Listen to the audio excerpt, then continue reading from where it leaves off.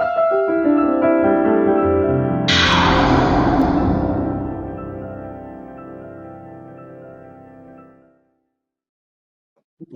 qism. Ushbu bobni yozishni boshlagan kunimda, ya'ni maqolasi Fast Company'da nashr qilingandan atigi 6 oy o'tib, Turston tongda uyqudan uyg'onganidan keyin dastlabki bir necha soat ichida Twitterga 10 dan ortiq post qo'yishga ulgurdi. Bu qoida 3-variantni taklif qilib, bizni bu girdobdan olib chiqish yo'lini ko'rsatadi. Tarmoq vositalari unchalik yomon emasligini va ularning ba'zilari muvaffaqiyatingiz va baxtingiz uchun juda muhim bo'lishi mumkinligini qabul qilish. Ayni chog'da sayt vaqtingiz va e'tiboringizni band qilishga qat'iy chegara qo'yish va bunday vositalardan kamroq foydalanish. Sizdan Baratunde Turston 2013-yilning 25 kunida sinib ko'rgani kabi internetdan butkul voz kechishni so'ramayapman. Aksincha, uni shunday keskin qarorga kelishiga undagan chalg'ituvchi giperfaollikdan voz kechishingizni so'rayapman. O'rtada oraliq hudud bor. Agar teran ishlash odatini shakllantirishga jazm qilgan bo'lsangiz, o'sha hududda bo'lish uchun kurashishingiz kerak. Tarmoq vositalarini tanlashda ushbu oltin oraliqni topishdagi birinchi qadamimiz aksariyat internet foydalanuvchilari odatda qanday tanlov qilishini tushunishdir. 2013-yilning kuzida Facebookdan foydalanmasligim sabablari to'g'risidagi maqolamni yozish asnosida bu haqda tushuncham boy edi. O'sha maqolam kimnidir ayblash emas, shunchaki izoh berish mazmunida bo'lsa ham, maqolani o'qigan ko'plab odamlar menga murojaat qilib, mazkur tarmoqdan foydalanishning afzalliklarini asoslashga urindi. Mana ular keltirgan asoslardan ayrimlar. Vaqtni xush o'tkazish ehtiyoji Facebookka bo'lgan dastlabki qiziqishimga sabab bo'ldi. Do'stlarim nimalar qilayotganini ko'rishim, qiziq fotosuratlar ulashishim, izoh yozishim mumkin. Facebookdan foydalana boshlaganimda nima uchun bunday qilayotganimni bilmaganman. Shunchaki qiziqish ortidan qisqa badiiy hikoyalar forumiga a'zo bo'ldim. U yerda esa hikoyanavislik bo'yicha kamchiliklarimni to'g'rilash bilan birgalikda ajoyib do'stlar orttirdim. Facebookdan foydalanishimga sabab u yerda maktabda birga o'qiydigan tanishlarimning hammasi bor. Mana shu javoblardan keyin meni hayratga solgan narsa ular keltirgan sabablarning ahamiyatsizligi edi. Men masalan ushbu ro'yxatdagi birinchi sharh egasining Facebook orqali vaqtini choq o'tkazishiga shubha qilmayman. Lekin tarmoqqa kirmasidan burun uning hayotida boshqa ko'ngilochar narsalar ham bo'lganiga aminman. Agar bu tarmoq kutilmaganda o'chib qolsa ham, ushbu foydalanuvchi zerikishdan xalos bo'lish yo'lini topadi. Facebook shunchaki o'sha ko'ngilochar vositalar safiga qo'shilgan xolos. Ikkinchi sharh egasi esa hikoyanavislar forumida do'stlar orttirganini aytdi. Bunaqa do'stlarning borligiga shubha qilmayman, lekin ularning do'stligi kompyuter orqali qisqa yozishmalardan nariga o'tmasligini nazarda tutsak, juda sayoz do'stlik deyish mumkin. Bunday do'stlikda yomonlik yo'q, ammo ular o'sha foydalanuvchining ijtimoiy hayotiga deyarli daxl qilmaydi. Maktabdagi do'stlari bilan qayta aloqa bog'lagan izoh egasi haqida ham shu gaplarni aytish mumkin. Bu ham yaxshi ermak, lekin foydalanuvchining ijtimoiy aloqadorligi yoki baxti uchun unchalik ahamiyatli emas. Ochig'i ijtimoiy tarmoqlarning yuqorida aytilgan afzalliklarini qoralamoqchi emasman, chunki ular haqida hech qanday aldamchi yoki xato tushunchalar yo'q ham. Men ta'kidlayotgan jihat bu afzalliklarning ahamiyatsiz va muntazam emasligidir. Aksincha, agar siz kimdandir butunjahon internet to'ri yoki elektron pochtaning foydalarini aytib berishini so'rasangiz, bahs ancha aniq va qizg'in bo'lardi. Ushbu fikrga siz shunday javob berishingiz mumkin: qiymat baribir qiymatdir. Agar Facebook kabi tarmoqdan kichik bo'lsa ham foyda topsangiz, nega undan foydalanmasligingiz kerak? Men bunday fikrlashni har qanday foyda tafakkur tarzi deb atayman. Chunki u har qanday foydani tarmoq vositasidan foydalanish uchun yetarli asos deb hisoblaydi. Batafsil sharhi shunday: tarmoq vositalarini tanlashda har qanday foyda yondashuvi. Agar undan foydalanishda qandaydir naf ko'rsangiz yoki muhim nimanidir o'tkazib yuborishdan cho'chisangiz, o'sha tarmoq vositasidan foydalanishga asosingiz bor. Ushbu yondashuvning kamchiligi shundaki, u o'sha tarmoq vositalarining barcha salbiy oqibatlarini e'tibordan chetda qoldiradi. Bu tarmoqlarga bog'lanib qolish oson. Ular sizning kasbiy va shaxsiy maqsadlaringiz, xususan teran ish yo'lidagi harakatlardan vaqtingiz va diqqatingizni chalg'itadi. Oxir oqibat, agar siz ushbu vositalardan me'yoridan ortiq foydalansangiz, holdan toyasiz va Baratunde Turston va u kabi millionlab odamlarni bezovta qilgan o'ta chalg'ish holatiga tushib qolasiz. Aynan shu yerda har qanday foyda yondashuvining ayyor tabiatiga duch kelamiz. Tarmoq vositalaridan foydalanish zararli bo'lishi mumkin. Agar foyda va zararni tarozida tortmay, miltiragan har qanday foydani bu vositalardan betizgin foydalanish uchun bahona qilsangiz, bu holda aqliy faoliyat dunyosida muvaffaqiyat qozonish qobiliyatingizni beixtiyor asta-sekin yo'qotasiz. Xolis qarasak, bu xulosa ajablanarli emas. Tarmoq vositalari masalasida biz har qanday foyda yondashuviga ancha o'rganib qolganmiz. Vaholanki ushbu yondashuvni malakali mehnat kontekstiga qo'yib kengroq qarasak, bu vositani tanlashning ancha g'alati va eskirgan yondashuv bo'lib ko'rinadi.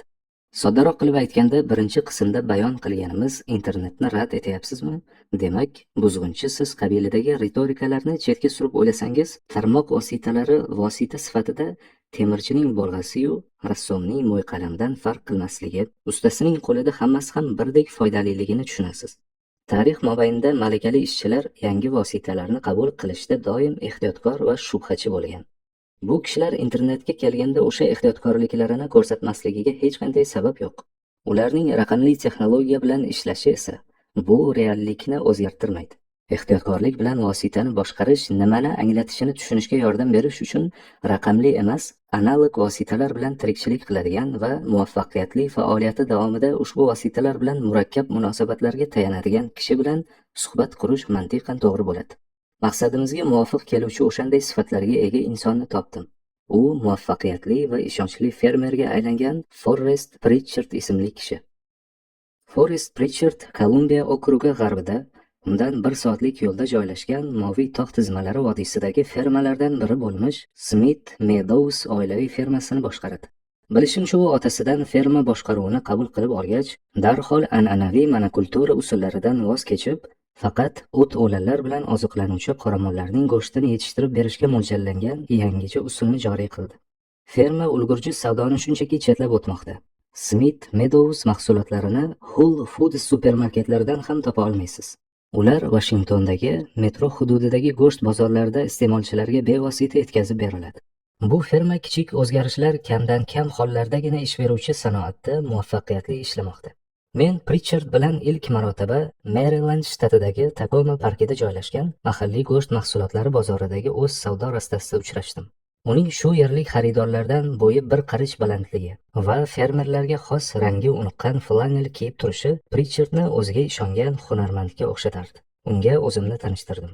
Chunki fermerlik bu vositalarni puxta boshqarishga bog'liq bo'lgan mahoratdir va analog soha hunarmandi bu muhim vazifani qanday uddalayotganini bilishni istardim.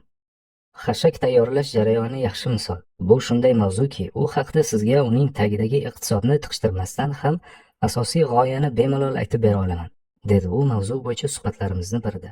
Pritchard Smith Meadowsni boshqarish ishini qo'lga olgan kezlarida mollar o'zi yaylovda o'tlay olmaydigan qish vaqtida ularni boqish uchun xashakni fermaning o'zi tayyorlagan. Xashak tayyorlash xashak preslovchi qurilma yordamida amalga oshiriladi.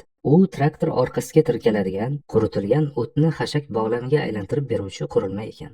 Agar sharqiy sohilda qoramol boqayotgan bo'lsangiz, xashak preslovchi qurilmangiz bo'lishi shart. Jonivorlarga xashak kerak. O'z yeringizda o'sib yotgan o't bo'lsa-yu, uni sotib olish uchun nega pul sarflash kerak? Agar fermer aqliy mehnat kishilari qo'llaydigan har qanday foyda yondashuvini qabul qilsa, demak u albatta xashak preslovchi qurilma sotib oladi. Pritchardning tushuntirishicha, agar fermer rostdan ham shunday sodda fikrlash tarzini qabul qilgan bo'lsa, men uning mulkida sotiladi degan yozuv paydo bo'lguniga qadar kun sanardim. Pritchard fermerlikning ko'plab tajribali kishilari singari vositalarni baholashda yanada puxtaroq o'ylaydi. U xashak preslovchi masalasida ham shunday qildi. Uni tezda sotuvga qo'ydi. Smith Meadows o'ziga kerakli xashakni sotib oladi. Nima uchun? Dastlab xashak tayyorlash uchun ketadigan sarf xarajatlarini ko'rib chiqishdan boshlaymiz, deydi Pritchard. Birinchidan, yoqilg'i, ta'mirlash sarf xarajatlari bor va xashak preslovchi qurilmani saqlash uchun ombor kerak. Kamiga soliq ham to'lashingiz lozim. Bular hisoblasa bo'ladigan xarajatlar edi. Ko'proq e'tibor talab qiladigani imkoniyat xarajatlar bo'lib chiqdi. Fermerning o'zi shunday izohlaydi. Agar men yoz bo'yi xashak to'plasam, boshqa ish bilan shug'ullana olmayman. Masalan, hozir unga ketadigan vaqtni tovuq ko'paytirishga sarflayapman. Bular qo'shimcha daromad deganidir. Chunki ularni sota olaman. Shuningdek, ularning go'ngidan tuproq sifatini yaxshilash uchun foydalanishim mumkin. Shunday qilib sotib olingan xashakning ikkilamchi qiymatini baholashda bir nozik masala chiqadi. Zaxira uchun pichan sotib olyapman, ammo ayni damda go'sht sotyapman. Shuningdek, yerimga esa go'ng solyapman. Bularning hammasi pichanga to'langan pul evaziga. Bundan tashqari butun yoz mobaynida yerimga og'ir texnika kiritib, tuproqni zichlashdan ham qutuldim, deydi fermer. Prichard xashak preslovchi bo'yicha yakuniy to'xtamga kelayotganida moliyaviy xarajatlarga ham ko'z yumib, uning o'rniga o'z yerining uzoq muddatli unumdorligiga ko'proq e'tibor qaratdi. Ana shu sabablarga ko'ra Prichard zaxira xashakni sotib olish yer unumdorligini ta'minlaydi degan xulosaga keldi. Chunki tuproq unumdorligi muhimroq edi, deydi Prichard. Bundan xulosa qilish mumkinki, xashak preslovchi qurilma sotilishi kerak. Prichardning vosita tanlash bo'yicha qarorining murakkabligiga e'tibor bering. Ushbu murakkablik muhim bir voqelikni oshkor qiladi. Vositaning biror bir foydasi borligi unga mablag', vaqt va e'tibor sarflash uchun yetarli asos deyish bu sohada kulgili hisoblanadi. Albatta, xashak preslovchi qurilmaning ham nafi bor. Ferma texnik ta'minoti do'konidagi har qanday vosita foydali. Shu bilan birga ularning salbiy jihatlari ham bor. Prichard ushbu qarorning ijobiy bo'lishini kutgan. U bu qarorga aniq bir asos bilan keldi. Uning sharoitida tuproq salomatligi kasbiy muvaffaqiyati uchun hayotiy muhim ahamiyatga ega. Ana shu asos uning qaysi bir vositani tanlashini hal qildi. Agar siz o'zingizda teran mehnat odatini shakllantirmoqchi bo'lgan aqliy faoliyat kishisi bo'lsangiz, vosita tanlashga boshqa malakali ishchilar, deylik, fermerlar kabi ehtiyotkorlik bilan yondashishingiz kerak. Ushbu strategiyani umumlashtirib, uni vositalarni tanlashda ustalar yondashuvi deb atadim. Bu nom vositalar oxir-oqibat kasbiy hayotda katta maqsadlarga erishish uchun yordam berishini ta'kidlaydi. Vositalar tanlashda ustalar yondashuvi. Professional va shaxsiy hayotingizda muvaffaqiyat va baxtni belgilaydigan asosiy omillarni aniqlang. Vositani uning ushbu omillarga ijobiy ta'siri salbiy ta'siridan sezilarli ko'p bo'lsagina qabul qiling. E'tibor bering, vosita tanlashga nisbatan ustalar yondashuvi har qanday foyda yondashuviga qarama-qarshidir. Har qanday foyda yondashuvi har qanday ehtimoliy foydani ham vositadan foydalanish uchun yetarli asos deb belgilasa, ustalar yondashuvi aksincha, vositaning foydasi siz uchun muhim bo'lgan omillarga bevosita ta'sir qilishi va salbiy oqibatlari foydasidan oz bo'lishini taqozo etadi. Ustalar yondashuvi tarmoq vositalarining foydali jihatlarini inkor etmaydi va texnologiyalarning qay biri yaxshi, qay biri yomon ekanligi borasida avvaldan xulosa qilmaydi. Aksincha, u xuddi mahoratli ishchilar asrlar mobaynida o'z vositalarini tanlashda qo'llagani kabi, tarmoq vositalari ham jiddiy mulohaza bilan tanlanishi kerakligini ta'kidlaydi. Ushbu qoidada keltirilgan 3 strategiya har qanday foyda yondashuvidan voz kechib, vaqt va diqqatingizni oluvchi vositalarni tanlashda mulohazakor ustalarning falsafasini qo'llashga yordam beradi. Ushbu ko'rsatma juda muhim, chunki ustalar yondashuvi qotib qolgan strategiya emas. Hayotingizdagi eng muhim narsalarni aniqlash va turli vositalarning ularga ta'sirini baholashni bitta formula bilan ifodalab bo'lmaydi. Bu mashq va tajriba talab qiladi. Quyidagi strategiyalar tarmoq vositalarini turli tomondan qayta ko'rib chiqishga undab, ushbu mashq va tajriba uchun ba'zi usullarni ko'rsatadi. Ular turli vositalar bilan ishlashingizni yaxshilashga yordam beradi. Bu esa sizning vaqtingiz va e'tiboringizni mukammalroq nazorat qilishingizda qo'l keladi.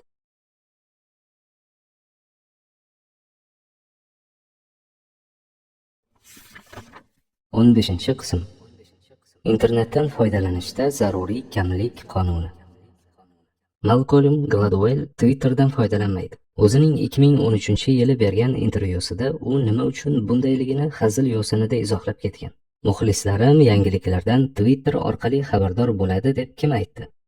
Bundan tashqari ko'pchilikning meni ko'rarga ko'zi yo'qligini juda yaxshi bilaman. Yana bir mashhur bestseller asarlar muallifi Michael Lewis Twitterdan foydalanmasligini The Wire'ga bergan intervyusida qistirib o'tadi. Men Twitterdan umuman foydalanmayman. Hatto Twitter xabarini qayerdan va qanday qilib o'qishni ham bilmayman. Birinchi qismda so'z yuritilgan taniqli New Yorker muxbiri George Packer ham tarmoqdan o'zini olib qochadi va hatto yaqindagina zarurat sababli telefon sotib olishga majbur bo'ldi. Bu 3 yozuvchi Twitter foydasiz deb o'ylamaydi, shuningdek, boshqa yozuvchilar uni foydali deb bilsa ham bahslashmaydi. Packerning Twitterdan foydalanmasligining tub sababi aslida New York Times media tanqidchisi David Carrning hech bir istiholasiz Twitterni maqtab yozgan maqolasi edi. Quyidagi parchada uning ochiq fikri mujassam. Va endi taxminan 1 yil o'tgach, Twitter mening miyamni bo'tqaga aylantirib qo'ydimi? Yo'q, shu daqiqada men o'zim o'ylaganimdan ko'ra ko'proq narsalar haqida hikoya qilib bera olaman. Va yarim soat izoh qidirib o'tirmay, Starbucksda buyurtma qilingan qahva tayyor bo'lgunicha kun yangiliklari va bunga odamlarning qanday munosabatda bo'layotganini bila olaman. Gladwell, Lewis va Pecker ushbu tarmoq salbiy tomonlarini qoplashga yetadigan darajada naf berishiga ishonmaydi. Masalan, Lewisning internet orqali odamlarga ochiq bo'lishi uning kuchini so'ndirib, tadqiqotlar o'tkazish va ajoyib hikoyalar yozish qobiliyatini susaytirar ekan. Odamlarning tarmoqlardan bunchalar bemalol foydalanishi juda ajablanarli. Hayotimda boyitadigan emas, so'ndiradigan aloqalar soni ortib ketyapti. Becker esa o'z navbatida chalg'ishdan xavotirlanib, Twitter mediaga qaram bo'lganlar uchun ko'ngil yozish vositasidir deydi. Karning Twitter haqidagi maqtovlarga to'la maqolasini esa shu paytgacha o'qiganim kelajakning eng qo'rqinchli tasviri deya baholaydi. Twitterdan va boshqa shunga o'xshash vositalardan foydalanmaslik bo'yicha ushbu mualliflarning shaxsiy qarorlarini muhokama qilishga hojat yo'q. Chunki ularning kitoblari sotilishi va mukofotlari yetarlidir hammasi uchun. Buning o'rniga ulardan vositalarni tanlashda ustalar yondashuvini dastaklovchi misol sifatida foydalanishimiz mumkin. Ko'pgina aqliy mehnat xodimlari, ayniqsa ijodiy sohada ishlaydiganlar hali hanuz har qanday foyda g'oyasiga ishonar ekan, bunday tarmoqlarni saralash yuzasidan yetukroq yondashuvni topish kerak. Ammo bunaqa misollarning ancha ozligi bu turdagi yetuk va ishonchli strategiyani amalga oshirish oson emasligini eslatib turadi. Sal avval hikoya qilingan Pritchard va uning xashak preslovchi qurilma to'g'risidagi qarori uchun zarur bo'lgan mantiqiy mulohazalarni eslang. Ko'plab aqliy mehnat xodimlari va ularning o'zlari qo'llaydigan vositalar borasidagi qarorlari ham xuddi shunday murakkab bo'ladi. Shu bois ushbu strategiyaning maqsadi ana shu fikrlash jarayoniga bir qadar tizimli yondashuvni tatbiq qilish orqali vositalarni qanday tanlash bo'yicha ayrim chigalliklarni kamaytirishdir. Ushbu strategiyaning birinchi bosqichi kasbiy va shaxsiy hayotingizda oliy maqsadlarni aniqlashdir. Agar oilali bo'lsangiz, namunali ota-ona bo'lish va saranjom ro'zg'or yuritishni shaxsiy maqsadlaringiz sirasiga kiritishingiz mumkin. Kasbiy sohada ushbu maqsadlaringiz qanday bo'lishi tirikchilik uchun qilayotgan ishingizga bog'liq. Masalan, professor sifatidagi faoliyatimda 2 muhim maqsadni ko'zlayman. Biri darsda yaxshi o'qituvchi va ilmiy ish qilayotgan talabalarim uchun namunali ilmiy rahbar bo'lish. Ikkinchisi samarali tadqiqotchi bo'lish. Maqsadlaringiz farq qilishi mumkin, ammo ro'yxatda eng muhimlari bo'lsin va ularni aniq ta'riflab oling. Agar maqsadingiz $1,000,000 savdo qilish yoki 6 ta maqolani chop ettirish singari aniq bo'lsa, bu biz uchun juda ham spetsifik. Ro'yxatni tuzganda shaxsiy hayotingiz va kasbingiz uchun maqsadlarni ko'paytirib yubormaslikka e'tibor bering. Maqsadlar aniqlangach, ularga erishishga yordam beradigan eng muhim 2-3 vazifani belgilang. Ushbu vazifalar aniq bo'lishi lozim, toki ularni qanday bajarishni tiniq tasavvur qilishga imkon bersin. Shuningdek, ular yetarlicha umumiy ham bo'lishi lozim, chunki ular bir martalik natijaga bog'liq bo'lib qolmasin. Masalan, kelgusi konferensiyaga quyi teleradio uzatish mavzusidagi maqolani tugatish. Bu bir martalik natijadir. Ushbu kontekstda yaxshi faoliyat quyidagicha bo'lishi mumkin. Muntazam ravishda sohamdagi eng oxirgi yangiliklardan boxabar bo'lib boraman. Ushbu strategiyaning navbatdagi bosqichi hozir foydalanadigan tarmoq vositalarini ko'rib chiqishdir. Har bir tarmoq vositasi bilan o'zingizga belgilangan vazifaning qanday aloqasi borligini aniqlang. Bu tarmoq vositalaridan foydalanish muhim vazifalaringizni bajarishingizga qanday ta'sir qiladi? Ijobiy, salbiy, neytral bilib oling. So'ng muhim qarorga navbat keladi. Agar ushbu tarmoq vositasi katta ijobiy ta'sirga ega bo'lib, salbiy ta'siridan foydali ta'siri ko'proq degan xulosaga borsangiz, undan foydalanishda davom eting. Ushbu strategiyani amalda ko'rsatib berish uchun keling bir misolni ko'rib chiqaylik. Deylik, Michael Lewis yozuvchilik faoliyati uchun quyidagi maqsadlar va ularga yetishga xizmat qiladigan vazifalarni belgilagan deb taxmin qilaylik. Professional maqsad: odamlarning dunyoni anglash tarzini o'zgartiradigan yaxshi uslubdagi va qiziqarli mazmundor hikoyalar yozish. Ushbu maqsadga xizmat qiluvchi asosiy vazifalar: sabr bilan teran tadqiq qilish, ehtiyotkorlik va aniq maqsad bilan yozish. Endi tasavvur qiling, Lewis ushbu maqsaddan kelib chiqib Twitterdan foydalanish yoki foydalanmaslikni mulohaza qilyapti. Strategiyamiz Luisdan Twitterning o'ziga belgilagan vazifalarga qanday ta'sir qilishini o'rganishni talab qiladi. Twitter Luisga ushbu vazifalardan birortasini bajarishida qo'l kelishiga doir ishonarli asos yo'q. Menimcha bir necha manbani o'rganish uchun Luis haftalab yoki oylab teran tadqiqot qilishi lozim. Puxta asar yozish uchun esa chalg'ishlardan xoli bo'lishi taqozo qilinadi. Ikkala holatda ham Twitter omad kelsa hech qanday ta'sirga ega emas. Omad kelmasa, Luisning o'rganib qolishga moyilligini hisobga olsak, oqibati juda yomon. Xulosa shuki, Luis Twitterdan foydalanmasligi kerak. Siz shunday e'tirozlarni bildirishingiz mumkin. Birgina misol bilan cheklanish juda sun'iy-ku. Chunki bu yerda Twitter kabi tarmoq katta hissa qo'shadigan sohalar ham borligi e'tiborga olinmagan. Xususan yozuvchilar uchun Twitter o'z o'quvchilari bilan aloqa o'rnatishni qulaylashtirib, kitoblarining ko'proq sotilishiga yo'l ochadi. Michael Lewis singari yozuvchi o'z maqsadi yo'lidagi vazifalarni belgilaganda marketingni ahamiyatli deb hisoblamagan bo'lishi mumkin. Buning sababi shundaki, u ancha mashhur. Agar kitob haqiqatan yaxshi bo'lsa, nufuzli ommaviy axborot vositalarida keng yoritiladi. Shuning uchun ham u bir nechta kitob ko'proq sotilishi uchun muallif tashabbus ko'rsatishidek samarasiz yo'ldan voz kechib, bor diqqatini yaxshi kitob yozishga qaratadi. Boshqacha aytganda, savol Lewis uchun Twitterdan biror naf bor yo'qligida emas, balki Twitterdan foydalanish uning professional hayotidagi muhim vazifalarni bajarishiga ijobiy ta'sir ko'rsatadimi yoki yo'q? Shu haqda. Yozuvchi unchalik tanilmagan bo'lsa-chi, bunday holatda kitob marketingi uning asosiy maqsadiga aylanadi.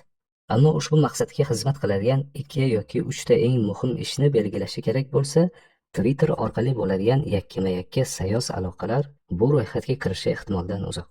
Bu oddiy matematika.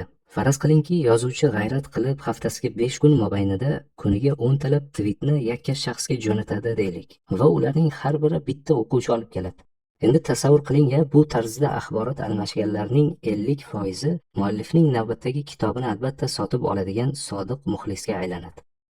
Ushbu kitobni yozishga 2 yil ketadi desak, bu kamtarona aytganda 2000 ta kitob sotilishi demakdir. Bestseller maqomini olish uchun esa haftasiga shu miqdordan kamida 2 yoki 3 baravar ko'proq sotilishi kerak. Gap Twitter qanchalar darajada naf berishi mumkinligi haqida emas, balki sizning vaqtingiz va diqqatingizni bu ikki narsa yozuvchi uchun juda qimmatli. Olganiga yarasha naf beradimi? Mana shu haqida. Kasbiy faoliyat kontekstida qo'llaniladigan ushbu yondashuv bo'yicha misolni ko'rdik. Keling, shaxsiy maqsadlarga putur yetkazadigan boshqa holatlarni ham ko'rib chiqaylik. Xususan ushbu yondashuvni hayotimizdagi eng ommabop va ko'pchilik oqlaydigan vositalardan biri Facebook uchun qo'llab ko'ramiz. Facebook yoki shunga o'xshash ijtimoiy tarmoqlarning afzalliklari haqida gap ketsa, ko'pchilik uning ijtimoiy hayotdagi ahamiyatini ta'kidlaydi. Shuni yodda tutgan holda Facebook shaxsiy maqsadlarimizga nechog'li ijobiy ta'sir ko'rsatishini anglab yetish uchun yuqoridagi strategiyani qo'llab ko'raylik. Buning uchun yana bir bor faraziy maqsad va uni mustahkamlovchi tadbirlarni misol keltiramiz. Shaxsiy maqsad. Men uchun muhim bo'lgan odamlar bilan qalin va o'zaro manfaatli do'stlikni saqlash. Ushbu maqsadni qo'llab-quvvatlovchi asosiy sa'y-harakatlar: birinchi, men uchun eng muhim bo'lgan kishilar bilan mazmunli aloqada bo'lib turishga muntazam vaqt topish. Masalan, uzoq suhbat, birga ovqatlanish yoki hamkorlikdagi faoliyat. Ikkinchi, men uchun eng muhim bo'lgan kishilarga o'zimni bag'ishlash. Masalan, ularning hayoti uchun ahamiyatli, arzirli ishlar qilish. Bunday aniq maqsadlar va vazifalar hamma uchun mushtarak bo'lavermaydi. Biroq ularni misol o'laroq ko'pchilikka tatbiq qilish mumkin. Endi strategiyamizning filtrlovchi mantig'ini Facebook misolida ushbu shaxsiy maqsad kontekstida sinab ko'raylik.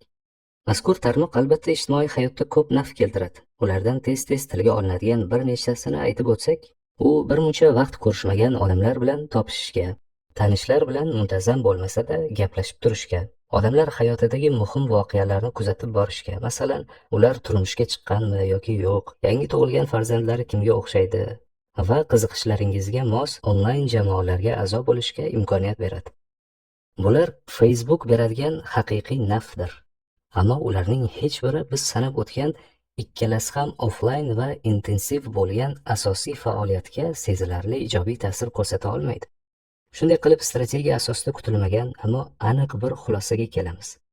Albatta, Facebook ijtimoiy hayotingizga muayyan qulaylik beradi, ammo ularning hech biri ketkazgan vaqtingiz va bergan e'tiboringizga arzigulik ahamiyatga ega emas.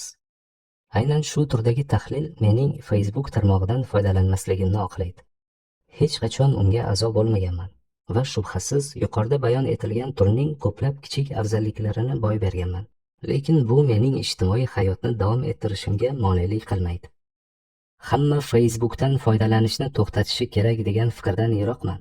Aksincha, ana shu misoldagi holatda men taklif qilgan strategiya mazkur tarmoqdan voz kechishni taklif qiladi. Shu bilan birga teskari xulosaga olib boradigan boshqa taxminiy ssenariylarni ham tasavvur qilish mumkin. Masalan, kollejning birinchi kurs talabasini olaylik. Uning uchun mavjud munosabatlarni mustahkamlashdan ko'ra yangi do'stlar orttirish muhimroq bo'lishi mumkin. U ijtimoiy hayotini boyitish uchun nima qilishi lozimligini aniqlaydi. Bu maqsadga esa tadbirlarda ko'proq qatnashish, turli odamlar bilan suhbatlashish yordam beradi. Agar kollej talabasi sifatida shularni asosiy vazifangiz deb hisoblasangiz, Facebook kabi tarmoq vositalari sezilarli ta'sir ko'rsatadi va undan foydalanish albatta zarur. Boshqa bir misol tariqasida xorijda xizmat qilgan harbiyni olaylik.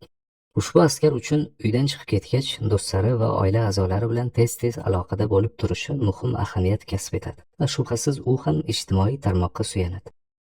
Ushbu misollardan ayon bo'ladigan narsa shuki, agar ushbu strategiya amaliyotda qo'llansa, bugungi kunda Facebook yoki Twitter kabi vositalardan faol foydalanayotgan ko'plab odamlarni ulardan voz kechishga undaydi. Ammo hammani emas.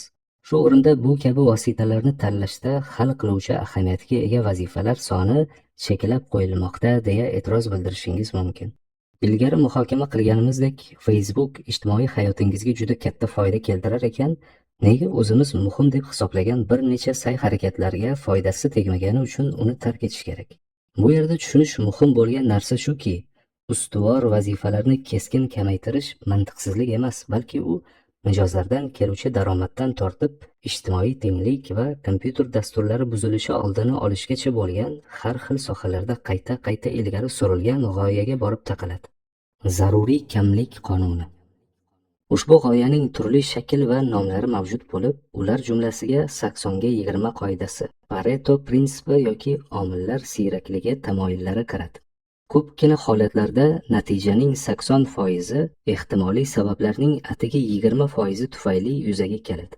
Masalan, biznesdagi umumiy daromadning 80% mijozlarning atigi 20% keladi. Mamlakat boyligining 80% eng boy 20% fuqarolar qo'lida. Yoki kompyuter dasturiy ta'minotidagi nosozliklarning 80% 20% koddagi nuqsonlardan kelib chiqadi. Ushbu hodisaning formal matematik asosi mavjud bo'lib, u natijaga ta'sir qiladigan sabab doim teng taqsimlanmasligini ifodalaydi. Faraz qiling, ushbu qonun hayotingizda muhim maqsadlar bilan bog'liq. Avval ta'kidlaganimizdek, ko'plab turli vazifalar shu maqsadlarga erishishingizga yordam berishi mumkin. Zaruriy kamlik qonuniga binoan eng muhim 20% sa'y-harakatlarga foydaning katta qismi bog'liq. Hayotingizdagi har bir oliy maqsad uchun 10-15 ta aniq va potensial foydali ishlar ro'yxatini tuzib qo'ydingiz deb faraz qilaylik. Ushbu qonunga ko'ra, shu ro'yxatdagilar orasidan faqat 2 yoki 3 ta eng muhim ishlar maqsadga erishish yoki erisha olmasligingizni hal qiladi. Ushbu natija bilan qoniqsangiz ham, o'sha potensial foydali 80% sa'y-harakatlarni e'tiborsiz qoldirmasligingiz kerak-ku deyishingiz tayin.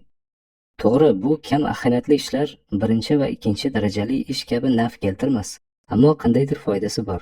Shunday ekan, nega ularni e'tiborsiz qoldirish kerak? Agar muhimroq ishlarni e'tiborsiz qoldirmasangiz, ba'zi ahamiyatsiz muqobillarini ham sinab ko'rish zarar qilmaydi. Biroq bu bahsda bir muhim nuqta nazardan qochiriladi. Ya'ni harakatlaringizga ularning ahamiyatidan qat'iy nazar cheklangan vaqt va diqqatingizdan bir xil miqdorda sarflaysiz-ku. Demak, kam ahamiyatli ishga vaqt sarflayotgan bo'lsangiz, muhimroq ishlarga sarflanishi kerak bo'lgan vaqtni ketkazayotgan bo'lasiz. Bu yutish-yutqazish o'yini.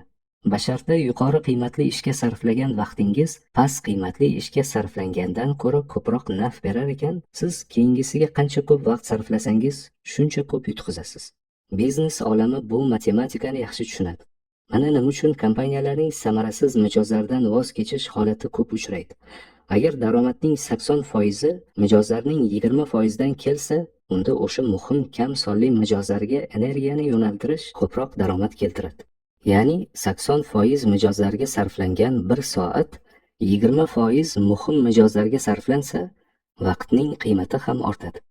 Bu sizning kasbiy va shaxsiy maqsadlaringizga ham tegishli. Facebookda eski do'stlar bilan topishishdan ko'ra, eng yaqin do'stingiz bilan tushlik qilish kabi unumli ish qilsangiz, maqsadingizga erishishingiz oson kechadi. Ushbu mantiqqa tayanib, tarmoq vositasidan voz kechish undan keladigan kichik foydadan kechishni emas, aksincha, sinalgan ishlaringiz bilan shug'ullanib, kattaroq foyda olishni anglatadi. Boshlagan joyimizga qaytsak, Malcolm Gladwell, Michael Lewis va George Packer uchun Twitter ularning karyerasida muvaffaqiyat keltiradigan faoliyatlarining 20% qismiga kirmaydi. Alohida olinganda bu tarmoq biroz foyda keltirsa ham, umuman olganda ularning karyerasidagi ilgari siljish nuqtai nazaridan Twitterdan foydalanmasdan ham yutuqqa erishganlar. Siz ham cheklangan vaqtingiz va e'tiboringizni qaysi vositalarga ajratganingiz borasida xuddi shu tarzda sinchkovlik bilan qaror qilishingiz lozim.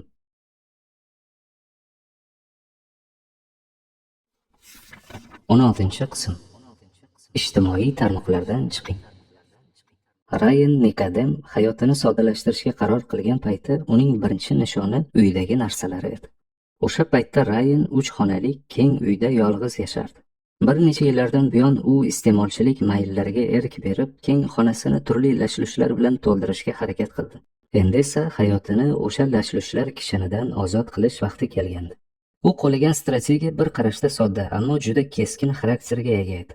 Xuddi biror yoqqa otlanayotgandek kechqurun bor narsasini karton qutilarga joylab chiqdi. O'zi mashaqqatli vazifa deya ta'riflagan buyum yig'ishni tashlab, nisbatan yengilroq, o'zi qutiga joylash ziyofati deya atagan ishni qildi. Ziyofat baribir yaxshi-da, shunday emasmi, deydi u. Buyumlarini joylab bo'lgach, Ryan keyingi haftadan odatiy yashash tarzida davom etdi. Agar unga qutiga joylangan narsalardan birortasi kerak bo'lib qolsa, uni o'ramdan olib, avvalgi joyiga qaytarib qo'yardi. Hafta oxiriga borib shunga amin bo'ldiki, qutilardagi buyumlarning aksariyati umuman tegilmasdan turibdi. Shunday qilib u ulardan qutuldi. Odamlar hayotida lashlushlar doim to'planib boradi. Chunki ularni tashlab yubormoqchi bo'lsangiz, bir kun kerak bo'lib qolsa-chi degan xavotir bilan yana joyida qoldirasiz. Buyumlarni qutilarga joylashi Nikodemga o'ziga ko'p narsa kerak emasligini ko'rsatdi va shuning uchun u sodda hayot tarzini tanladi. So'nggi strategiya vaqtingiz va e'tiboringizni o'g'irlaydigan tarmoq vositalarini saralashda yordam beradigan tizimli usuldir. Ushbu strategiya sizga bu masalalarga o'zgacha, ammo bir-birini to'ldiruvchi yondashuvni taklif qiladi. Bu yondashuv Ryan Nikodemning foydasiz narsalardan xalos bo'lish usulidan ilhomlangan. Batafsilroq aytsak, ushbu strategiya siz hozir foydalanayotgan ijtimoiy tarmoqlarni qutilarga joylash tajribasini o'tkazishingizni taqozo etadi. Lekin qutilarga joylash o'rniga ulardan bir oyga voz kechasiz. Hammasidan.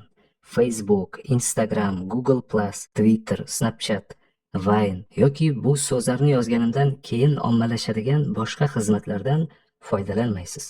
Bu tarmoqlardagi hisobingizni deaktivatsiya qilishingiz yoki undan voz kechayotganingiz haqida gapirishingiz ham shart emas. Shunchaki ulardan foydalanishni to'xtating. Agar kimdir sizning tarmoqda ko'rinmay qolganingizga qiziqsa, izoh berishingiz mumkin. Ammo hammaga gapirib o'tirmang. 30 kunlik tarmoqdan uzilishdan so'ng vaqtincha tark etilgan tarmoqlarning har biri haqida o'zingizga quyidagi 2 savolni berib ko'ring. Birinchi, agar bu tarmoqdan foydalanganimda oxirgi 30 kunim ancha yaxshiroq o'tgan bo'larmidi? Ikkinchi, ushbu tarmoqdan foydalanmayotganim kimnidir qiziqtirdimi?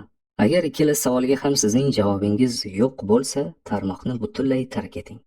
Agar javobingiz aniq ha bo'lsa, undan foydalanishda davom etavering.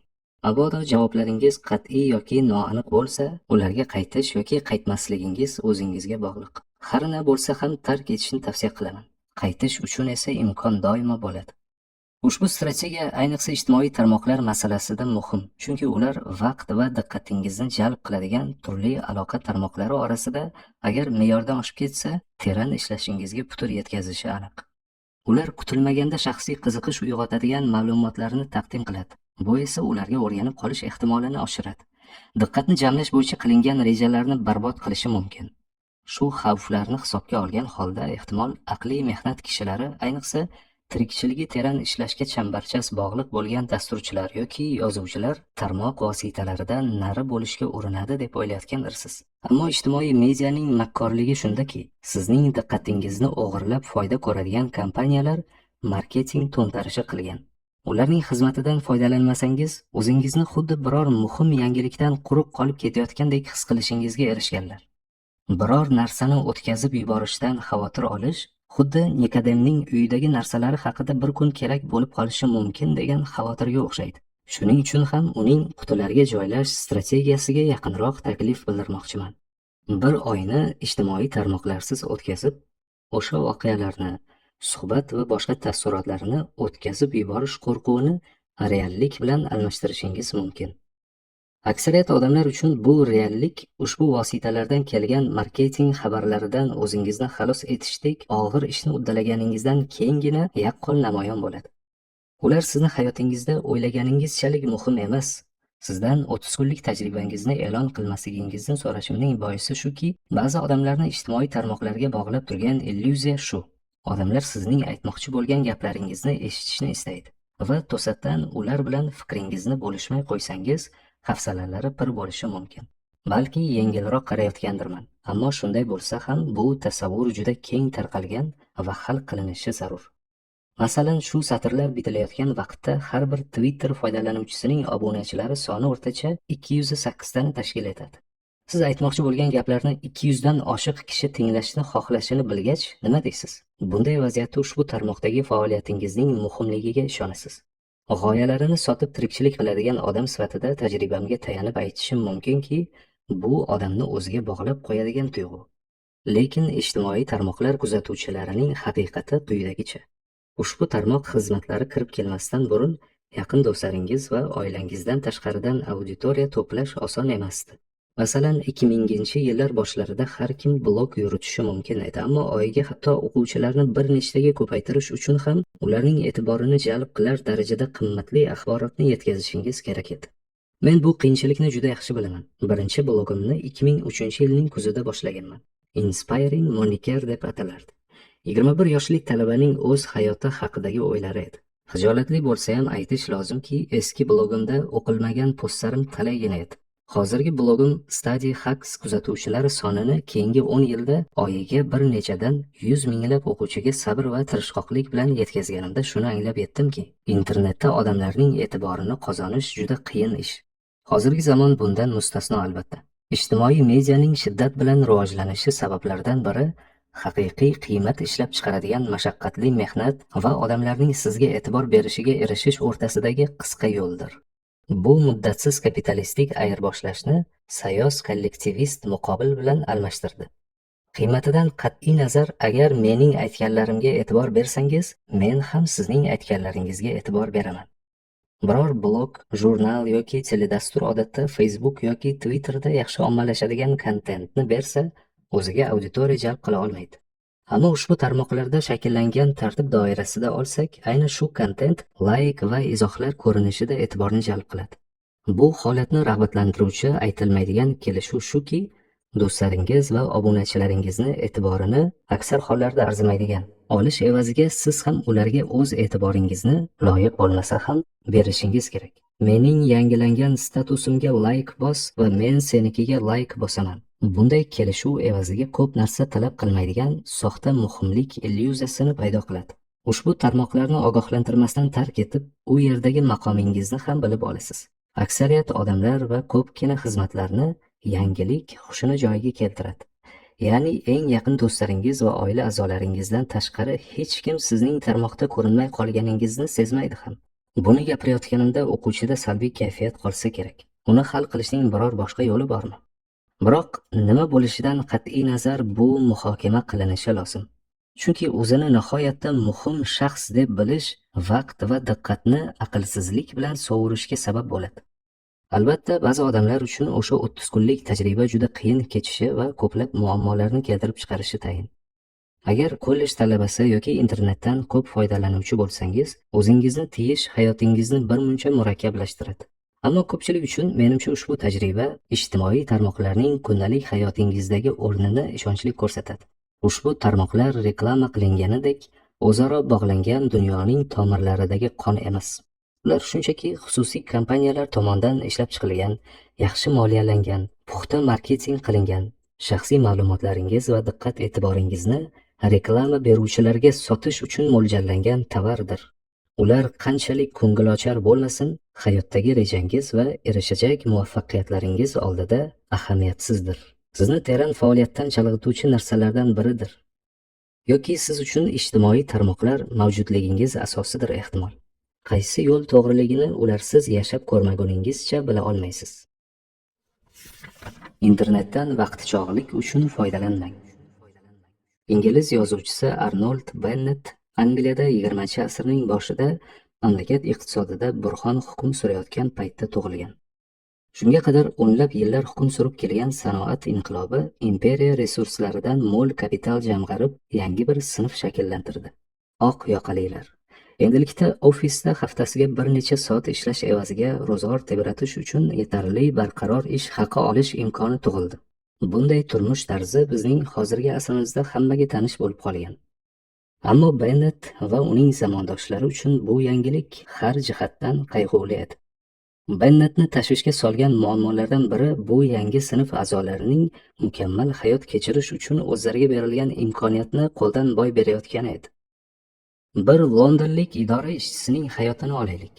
Uning ish vaqti ertalabki 10 dan kechki 6 gacha bo'lib, ertalab va kechqurun uyidan idoragacha va idoradan uygacha 50 daqiqadan sarflaydi, deb yozadi Bennett o'zining 1910-yilgi kuniga qanday qilib 24 soat yashash mumkin nomli asarida.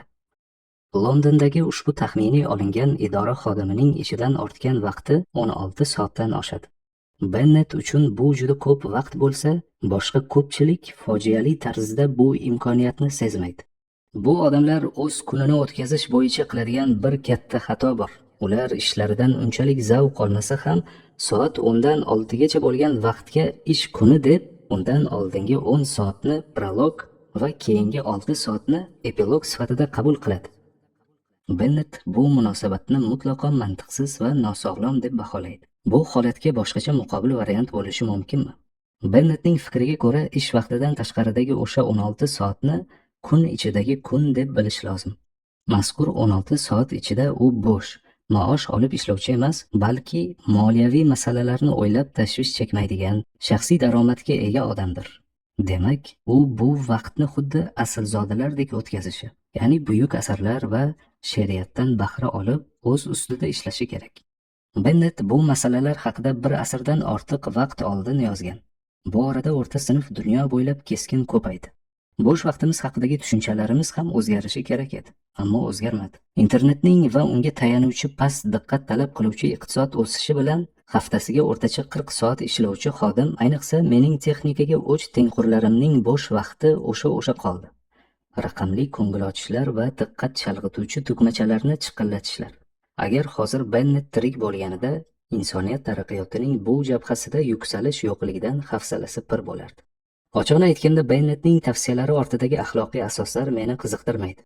Uning o'rta sinf vakillari bo'sh vaqtda ruh va ongini oziqlantiruvchi she'r va buyuk asarlar o'qishi kerakligi haqidagi tavsiyalari bugun bir qadar eskirgan. Ammo uning tavsiyasi zamiridagi mantiq, ishdan tashqari vaqtdan oqilona foydalanish, ayniqsa biz ko'rib chiqayotgan qoida, tarmoq vositalarining teran ishlashga xalal berishi nuqtai nazaridan bugun ham ahamiyatli.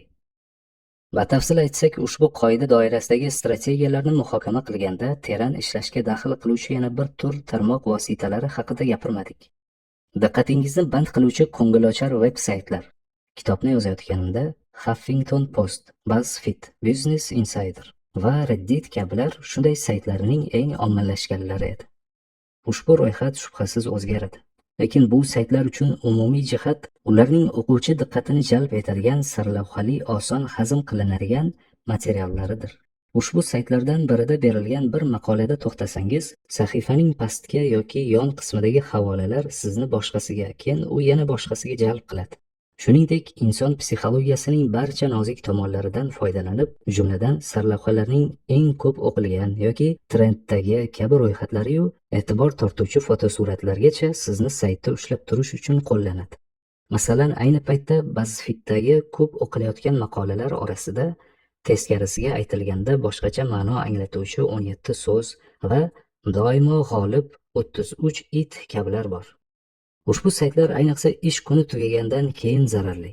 Kun tartibingiz qat'iy bo'lmasa, ular darrov diqqat markazingizda joylashib oladi. Agar navbatdagi TV shouda ishtirok etish uchun ssenariyni yoki ovqatni tugatishlarini kutayotgan bo'lsangiz, zerikishdan qutulish uchun ularga boqasiz. Ikkinchi qoidada ta'kidlaganimdek, bunday odat juda xavflidir, chunki bu chalg'ishlarga qarshi turish qobiliyatingizni zaiflashtiradi va keyinchalik diqqatni jamlashni xohlaganingizda ham u oson kechmaydi. Bundan ham yomoni, ushbu tarmoq vositalari siz a'zo bo'lib, demakki a'zolikdan chiqib ham ketishingiz mumkin bo'lgan narsa emas. Avvalgi ikki strategiyamiz bu yerda ishlamaydi. Ular har doim oldingizda. Shunchaki tugmachani bossangiz kifoya. Xayriyatki, Arnold Bennett ushbu muammoning yechimini 100 yil oldin aniqlab ketgan. Bo'sh vaqtingiz haqida ko'proq o'ylab ko'ring. Boshqacha aytganda, hordiq vaqtingiz haqida gap ketganda e'tiboringizni duch kelgan narsaga qaratavermang. Aksincha, kun ichidagi kunni qanday o'tkazishingiz haqida avvaldan o'ylang. Yuqorida aytilgan veb-saytlar bo'shliqda rivojlanadi. Agar shu lahzada biror tayinli ish bilan mashg'ul bo'lmasangiz, ular bo'sh vaqtingizni to'ldiradi. Agar bo'sh vaqtni arzirli nimadir bilan to'ldirsangiz, ularning diqqatingizni o'g'irlash imkoni kamayadi. Shu bois kechqurun va dam olish kunlari nima qilishni avvaldan belgilab olishingiz juda muhimdir. Rejali hobbilar ana shu damlarda paydo bo'ladi. Ular aniq maqsad va aniq harakatlar bilan vaqtingizni oziqlantiradi. Bennett tavsiya qilganidek, kitob o'qish dasturini ham qo'llab, o'zingizga yoqqan kitoblar bilan har kecha oshno bo'lishingiz jismoniy mashqlar yoki yaxshi insonlar davrasida bo'lishdek huzur bag'ishlaydi. O'z hayotimdan misol keltirsam, professorlik va yozuvchilik ishim ota sifatidagi vazifalarimdan ortib, yilda ancha kitobni o'qishga ulguraman. Bir vaqtning o'zida o'rtacha 3 tadan 5 tagacha kitob o'qiyman. Buning imkoni bor, chunki bolalar uxlagandan keyin bajaradigan sevimli mashg'ulotlarimdan biri qiziqarli kitob o'qishdir. Natijada smartfonim va kompyuterim ertalabgacha mung'ayib qolaveradi. Axir hordiq chiqarish reja va majburiyatlardan xolilik emasmi? Uni ham qat'iy rejaga solish dam olishni yo'qqa chiqarmaydimi deya xavotir bildirishingiz mumkin. Qolipga solingan oqshom keyingi ish kuningizgacha toliqtirib qo'ymaydimi? Bennett bunday e'tiroz bo'lishini avvaldan bilgan. Uning ta'kidlashicha, bu kabi xavotirlar inson ruhini quvvatlantiruvchi manbani xato tushunishimiz oqibatidir. Nima? O'sha 16 soatga sarflangan quvvat 8 soatlik ishga salbiy ta'sir qilishi mumkinmi? Unday emas. Aksincha, u ishga sarflanadigan o'sha 8 soatning samarasini oshiradi. Odamlar bilishi kerak bo'lgan asosiy narsalardan biri bu aqliy qobiliyatlar uzluksiz ishlashga qodirligidir. Ular qo'limiz yoki oyog'imiz kabi charchab qolmaydi. Ularning uyqudan boshqa paytdagi yagona istagi o'zgarishdir. Tajribamdan bilaman, bu tahlil juda to'g'ri.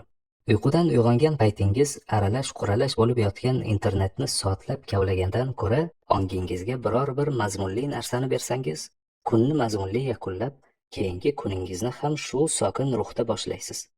Xulosalasak, vaqtni va diqqatni jalb qiladigan ko'ngilochar saytlar ohangrabosidan qutulmoqchi bo'lsangiz, miyangizga sifatliroq biror muqobil variant topib bering. Bu nafaqat chalg'ishga qarshi turish va diqqatni jamlash qobiliyatingizni asraydi, balki Arnold Bennett ta'kidlagan muhim maqsad. Shunchaki mavjud bo'lmay, chinakam yashash o'zi nima ekanini teran his qilasiz. 17-qism. 4-qoida. Sayozlikdan voz keching. 2007-yilning yozida 37 Signal, hozirgi Basecamp dasturiy ta'minot kompaniyasi tajriba o'tkazdi. Ya'ni ish haftasini 5 kundan 4 kunga qisqartirdi. Xodimlarning bir kun kamroq ishlaganda ham bir xil hajmdagi ishni bajarishi oydinlashgach, bu o'zgarishni doimiy joriy qildi. Endilikda har yili maydan to oktyabrgacha 37 Signal kompaniyasi xodimlari mijozlarni qo'llab-quvvatlash xizmatidan tashqari dushanbadan payshanbagacha ishlaydigan bo'ldi. Kompaniya asoschilaridan Jason Fried o'z blogida qaror haqida yozda odamlar ob-havodan ham bahra olishi kerak-ku deya izoh berdi. Ko'p o'tmay matbuotda har xil tanqidlar bolalay boshladi. Fried kompaniyasida 4 kunlik ish haftasini doimiy joriy qilgandan bir necha oy o'tgach, jurnalist Tara Weiss Forbes jurnalida nega 4 kunlik ish haftasi o'zini oqlamaydi deb nomlangan maqolasini e'lon qildi. U bu strategiyadagi muammoni quyidagicha bayon qildi. 40 soatni 4 kunga joylashtirish oqilona usul emas. Xodimlar shundoq ham 8 soatni ko'p deydi. Ulardan yana qo'shimcha 2 soat ishlab berishini talab qilish ruhiyatni va samarani tushiradi. Freyd ham qarab turmay darhol javob qaytardi. O'zining Forbes 4 kunlik ish haftasini tushunmayapti deb nomlangan blog postida Weissning 40 soatlik mehnatni 4 kunga taqsimlash xodimlarga bosimni orttirishi haqidagi fikriga qo'shildi. Ammo u bunday taqsimotni nazarda tutmagandi. 4 kunlik ish haftasining maqsadi kamroq ish qilishdir. Bu 10 soatlik ish kuni emas, u shunchaki 8 soatlik odatdagi 4 kundir, deb yozadi u. Bir qarashda bu sizga chalkashroq ko'rinishi mumkin. Ilgariroq Freyd xodimlari 4 kunda ham xuddi 5 kundagidek teng miqdorda ish qilayotganini ta'kidlagan. Endi esa ish soati kamligini da'vo qilyapti. Qanday qilib ikkalasi ham haqiqat bo'lishi mumkin? Oradagi farq sayoz ishning roliga bog'liq. Freyd yana izohlaydi. Juda kam odam kuniga 8 soat ishlaydi. Omadingiz kelsa, butun kuningizni egallagan uchrashuvlar, internetda kezish, idora siyosati va shaxsiy ishlar oralig'ida bir necha soat orttirasiz. Rasmiy ish soatlari kamaytirilsa, odatiy ish haftasidan ortiqcha ishlar siqib chiqarib tashlanadi. Chunki ishni tugatish uchun kam vaqt berilgani bois, xodimlar vaqtni yanada ko'proq qadrlaydi. Vaqtga e'tiborli bo'ladi va bu juda yaxshi. Vaqtni mayda narsalarga sarflamaydi. Vaqt ozligini bilsangiz, uni aql bilan taqsimlaysiz. Boshqacha aytganda, 37 signal idora xodimlarining ish vaqti qisqarishi yuzaki ishlashni bartaraf qildi. Teran ish esa joyida qoldi. Muhim ishlar esa ado etilaverdi. O'sha paytda juda dolzarb tuyulgan sayoz ishlar pirovardida ahamiyatsiz bo'lib chiqdi. Ushbu tajribaga tabiiy reaksiya sifatida 37 signal bir qadam oldinga o'tib ketganida nima bo'lardi, degan savol tug'iladi. Agar sayoz ishga ketadigan vaqtni kamaytirish natijaga kam ta'sir ko'rsatgan bo'lsa, u holda ular sayoz ishni yo'qotish bilan cheklanmay, balki undan bo'shagan vaqtda yanada terarroq ish bilan shug'ullanganlarida nima bo'lar edi? Yaxshiyamki, bu dadil g'oya tez orada kompaniyada sinovdan o'tkazildi. Xodimlarga ish vaqtining 20% o'z loyihalari ustida ishlashiga imkon beradigan Google kabi texnologiya kompaniyalarining ichki siyosatiga Freyd doim qiziqqan. U garchi bu g'oyani yoqtirgan bo'lsa-da, ish haftasidan bir kunni olib tashlash haqiqiy samara beruvchi, uzluksiz teran mehnat uchun yetarli emasligini his qilardi. 5 kunlik 5 ta ish haftasidan bir marta ketma-ket 5 kunni dam olish deb belgilagan bo'lardim. Shunday qilib xodimlarda chalg'ishlardan xoli uzluksiz ko'proq vaqt bo'lsa, yanada yaxshi natijalarga erishamiz, deya izoh berdi Freyd. Ushbu nazariyani sinab ko'rish uchun 37 signal keskin bir chora ko'rdi. Xodimlarga o'z loyihalari ustida teran ishlashi uchun iyun oyi to'liq dam olish qilib berildi. Shu muddat mobaynida ular har qanday sayoz majburiyatlardan, jumladan yig'ilishlar, memorandum va taqdimotlardan ozod bo'ldi. Oy oxirida kompaniya yig'ilish o'tkazib, unda ishchilar ustida ishlagan g'oyalarini taqdim etishdi. Freyd Inc jurnalida chop qilingan mazkur tajribani yoritgan maqolasida uni haqiqiy muvaffaqiyat deb atadi. 2 loyiha amaliyotga tatbiq qilindi. Mijozlarni qo'llab-quvvatlashning yangicha vositalari va kompaniyaga mijozlar mahsulotlaridan qanday foydalanayotganini vizual shaklda ko'rsatuvchi ma'lumotlar tizimi. Ushbu loyihalar kompaniyaga katta foyda keltirishi taxmin qilinmoqda. Agar xodimlarga teran ish uchun vaqt ajratilmaganda, bu loyihalar ham bo'lmasdi. Ularning haqiqiy imkoniyatlarini chiqarib olish uchun 10 soatlab chalg'ishlarsiz vaqt ajratish talab qilindi. Shu o'rinda Freydning o'rinli retorik savoliga e'tibor bersak, qanday qilib yangi g'oyalar bilan o'ralashib, biznesimizni to'xtatib tura oldik? Qanday qilib to'xtatmay tura olamiz? 37 signalning tajribalari muhim bir reallikni oshkor qiladi.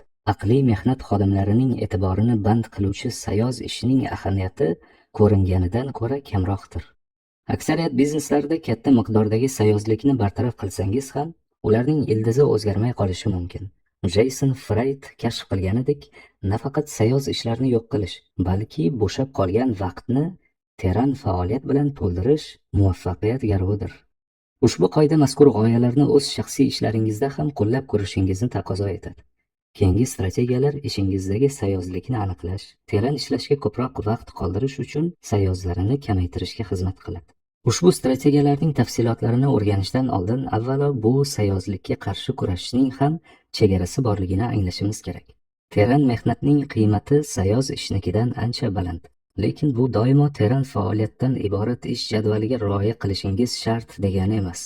Birinchidan, ish joyini saqlab qolish uchun ham sayoz ishlarni bajarish kerak. Masalan, elektron pochtangizni har 10 daqiqada tekshirishdan o'zingizni tiya olishingiz mumkin, ammo muhim xatlarni javobsiz qoldira olmaysiz. Shu bois ushbu qoidaning maqsadi ish jadvalingizdan sayozlikni batamom o'chirish emas, balki uni o'zingizga bo'ysundirib olishdir. Aqliy qobiliyat masalasi ham mavjud. Teran ish bor qobiliyatingizni zo'riqtirgani uchun tez holdan toydiradi. Psixologlar bir kunda bir kishiga qancha vaqt zo'riqib ishlash mumkinligini chuqur o'rgangan. Anders Erikson va hamkorlari maqsadli mashq qilish masalasiga doir maqolasida bu borada qilingan tadqiqotlarni o'rganib chiqdi. Ularning ta'kidlashicha, bunday amaliyot bilan uncha tanish bo'lmaganlar uchun, xususan rivojlanishning ilk bosqichidagi bola, kuniga 1 soat me'yoriy chegaradir. Bu borada suyagi qotganlar uchun me'yordagi chegara kuniga 4 soat, kamdan kam hollarda undan oshishi mumkin. Agar bir kunda teran ishlash chegarasiga yetgan bo'lsangiz-u, ishni yana davom ettirsangiz, ish sifati pastlaydi. Sayoz ish basharti teran ishingizdan vaqtni tortib olmasa, unchalik xavfli emas. Bu ma'lum ma'noda xursand qiladigan holatdek ko'rinadi. Odatiy ish kuni 8 soatdan iborat. Eng mahoratli teran fikrlovchi odam ham bu soatlarning 4 soatidan ortiq teran tafakkur holatida o'tira olmaydi. Binobarin, ish kunining teng yarmida bemalol sayoz ishlarni bajarishingiz mumkin. Lekin ushbu tahlilda yo'l qo'yilgan kamchilik shundaki, bu 4 soatni yig'ilishlar, uchrashuvlar, qo'ng'iroqlar va boshqa rejalashtirilgan tadbirlar bilan band bo'lgan paytingiz qanday qilib bemalol o'tkazish mumkinligi hisobga olinmagan. Aksariyat kasblarda mazkur vaqt o'g'rilari yakka o'zingiz ishlashingiz uchun juda oz vaqt qoldirishi aniq. Professor sifatidagi faoliyatim bunday ishlardan yiroqroq bo'lsa ham, shunga qaramay, ayniqsa o'quv yili davomida ancha vaqtimni oladi. Oldingi semestrdagi taqvimning tasodifiy bir kunini ochib qarasak, hozir sokin yoz. Soat 11 dan 12 gacha bitta, soat 1 dan 2:30 gacha yana bir uchrashuv va soat 3 dan 5 gacha dars belgilangan. Ushbu misolda 8 soatlik ish kunim allaqachon 4 soatga qisqartirilganini ko'rishingiz mumkin. Butun sayoz ishlarimni, elektron pochtalar, topshiriqlar yarim soatga joylashtirsam ham, ko'zlangan kundalik 4 soatlik teran ishni bajara olmayman. Boshqacha aytganda, butun kunni teranlikda o'tkazishga qodir bo'lmasak ham, bu holat sayoz ishlarni qisqartirish zaruratini kamaytirmaydi. Zero o'rtacha aqliy mehnat kishisining kuni shundoq ham o'ylaganingizdan ko'ra sayoz ish sababli tarqoq bo'ladi. Xulosa qilib aytganda, sizdan sayoz ishlarga shubha bilan qarashingizni so'rayman. Chunki u keltiradigan zarar yetarlicha baholanmaydi. Ahamiyati esa bo'rttiriladi. Bu turdagi ishlar zaruriyat albatta, ammo siz uning ta'sirini teran faoliyatdan to'liq foydalanishga xalaqit bermaydigan holatda tutib turishingiz kerak. Quyida tavsiya etiladigan strategiyalar sizga bu borada asqotadi. Kuningizning har daqiqasini rejalang. Agar yoshingiz 25 va 34 oralig'ida bo'lib, Britaniyada yashayotgan bo'lsangiz, o'ylaganingizdan ko'ra ko'proq televizor ko'rasiz. 2013-yilda Britaniya TV litsenziyalash boshqarmasi televizor tomosha qiluvchilarning odatlari bo'yicha so'rovnoma o'tkazdi. So'rovnomada qatnashgan 25-34 yoshdagilar haftasiga 15-16 soat televizor ko'rishini aytgan. Bu juda ko'pdek tuyulishi mumkin, lekin haqiqiy holat aslida undan ham ortiq. Biz buni bila olamiz. Teleradio eshittirishlar auditoriyasini o'rganish kengashi, Amerikadagi Nielsen kompaniyasining Britaniyadagi muqobili, tegishli xonadonlarga hisoblagich joylashtirib chiqdi. Ushbu hisoblagichlar odamlarning aslida qancha vaqt televizor tomosha qilishini xolis qayd etgan. Haftasiga 15 soat TV tomosha qilaman deb o'ylagan 25-34 yoshdagilarning ko'rsatkichi 28 soat bo'lib chiqqan. Vaqtni noto'g'ri hisob qilish faqat Britaniya televideniyasi tomoshabinlari uchun xos emas. Boshqa holatlarda ham odamlarning o'z xatti-harakatlariga bergan bahosi aslidagidan ana shunday farq qiladi. Biznes sohasida yozuvchi Laura Vanderkam shu mavzuda Wall Street Journalda yana bir nechta misollarni keltiradi. Jumladan, National Sleep Foundation o'tkazgan so'rov natijasiga ko'ra, amerikaliklar bir kunda o'rtacha 7 soat uxlaymiz deb hisoblar ekan. Odamlarning uyqu vaqtini hisoblaydigan Amerika vaqtdan foydalanish tadqiqoti raqamni 8,6 soat qilib tuzatib qo'ydi. Boshqa bir tadqiqot shuni ko'rsatdiki, haftada 60-64 soat ishlayman deb yurgan odamlar aslida 44 soatdan sal ko'proq. 75 soat ishlayman deb hisoblovchilar esa 55 soatdan ham kam mehnat qilar ekan. Ushbu misollar muhim bir narsaga ishora qilyapti. Kunimizning ko'p qismini vaqtimizni hisob qilmay o'tkazamiz. Bu esa muammo. Agar siz teran va sayoz ish o'rtasidagi muvozanatga erishmasangiz va har bir harakatingizdan oldin biroz to'xtab, hozir eng muhimi nima deb so'rashga odatlanmasangiz, mayda ishlar kunlik jadvalingizning har qismiga suqilib kirishining oldini olishingiz mushkul. Quyidagi bayon qilinadigan strategiya sizni shunga odatlantirish maqsadida ishlab chiqilgan. Avvaliga bu g'oya haddan tashqari qattiq tuyulishi mumkin. Biroq teran ishlash imkonidan to'liq foydalanishda zarurligini tezda tushunasiz. Kuningizning har daqiqasini rejalang. Mening taklifim esa quyidagicha. Har bir ish kuni boshida mazkur maqsadga bag'ishlangan daftarchangizdan yangi varaq oching. Sahifaning chap tomonidagi har bir qator boshiga kunning 1 soatini belgilang-u, shu soat mobaynida qilinadigan ishlaringizni yozib chiqing. So'ng muhim qismi keladi. Ish kuningiz soatlarini bloklarga bo'lib, har bir blokka bir faoliyatni tayinlang.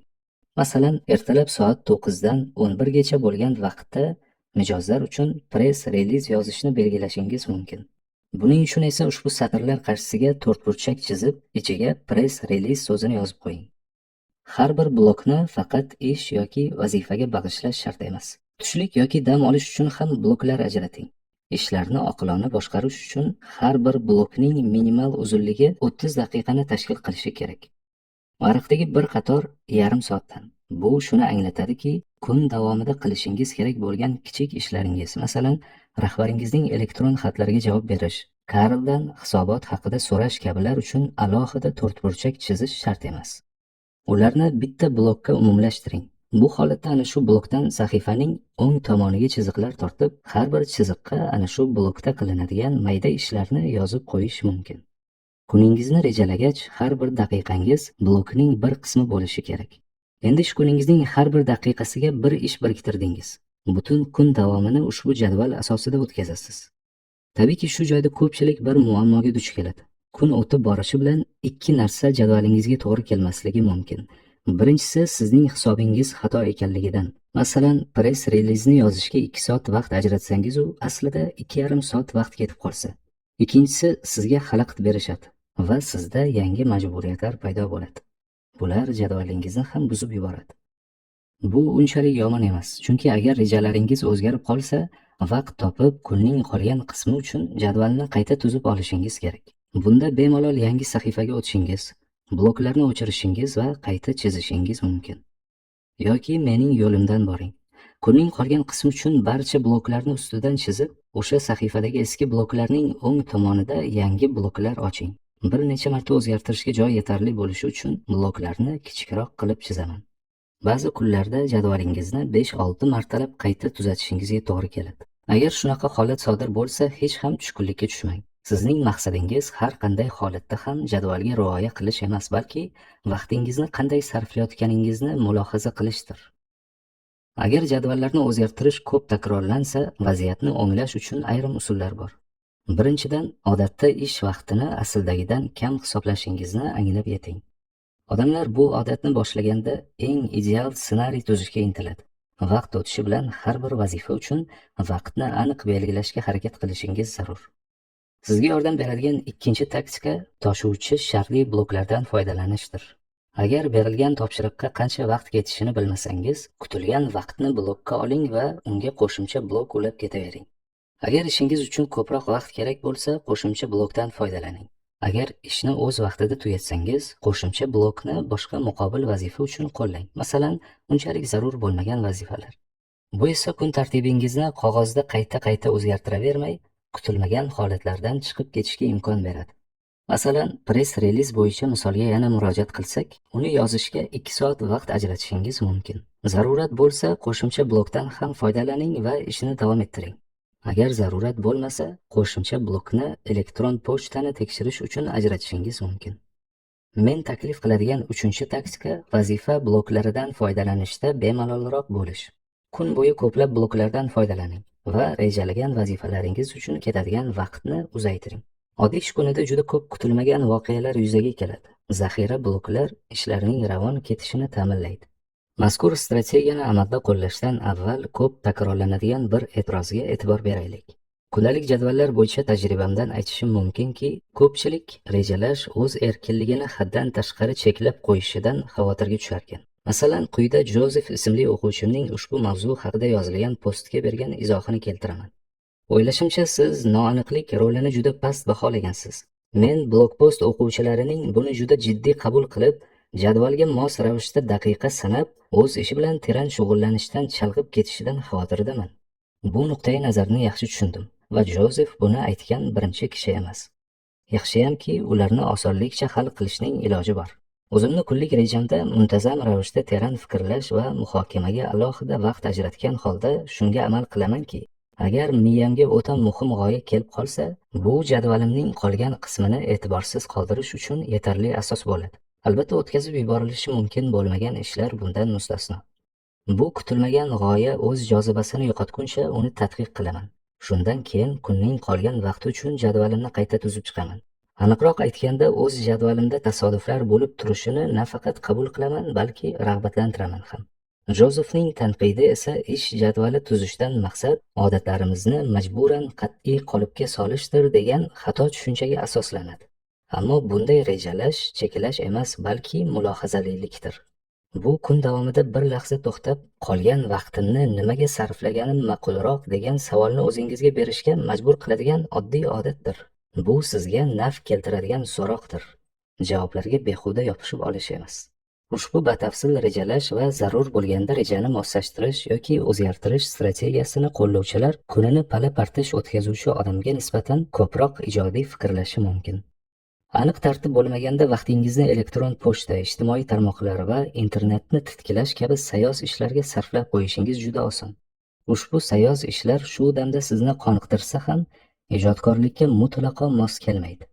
Aksincha, tartib asosida muntazam yangi g'oya bilan shug'ullanish yoki biror murakkab ish ustida teran ishlash uchun bloklarni ko'ngildagidek rejalashtirayotganingizga amin bo'lasiz. Videoni do'stlarga ulashish esdan chiqmasin.